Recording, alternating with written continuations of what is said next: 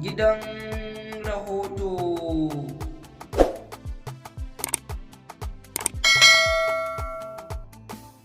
Cece-kuce ya tashi wanda jaruma Ladi Tambaya ta haifar a masana'antar Kannywood wacce ba taɓa ji ba. Domin jin wannan bayani ku biyo mu a cikin wannan channel tamu mai suna Gidan Rahoto.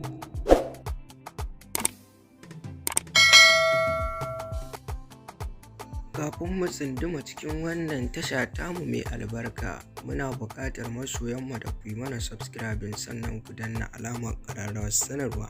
Ita ce kaɗai za ta baka dama da an ɗora ya zo akwatin wayarku.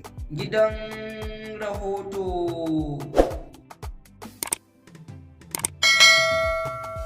Kamar yadda Hausawa suke cewa, magana daga bakin mai ita ta fi daɗi. Don haka, ku biyo mu domin jin wannan bayani daga bakin Ladi Tambaya a wannan channel tamu mai suna Gidan Rahoto.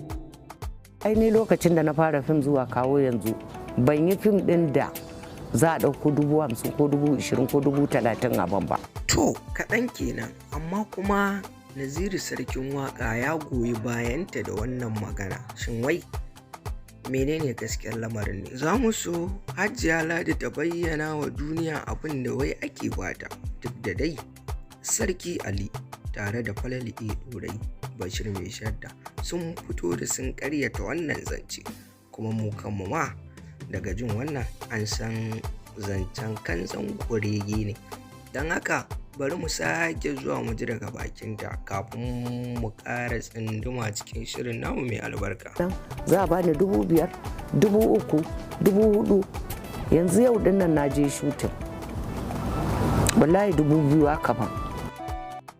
Subhanallah, wannan baiwar Allah haƙiƙa ba za mu ce komai dangane da ita ba, amma manyanmu sun bayyana cewa gigin tsufa ne.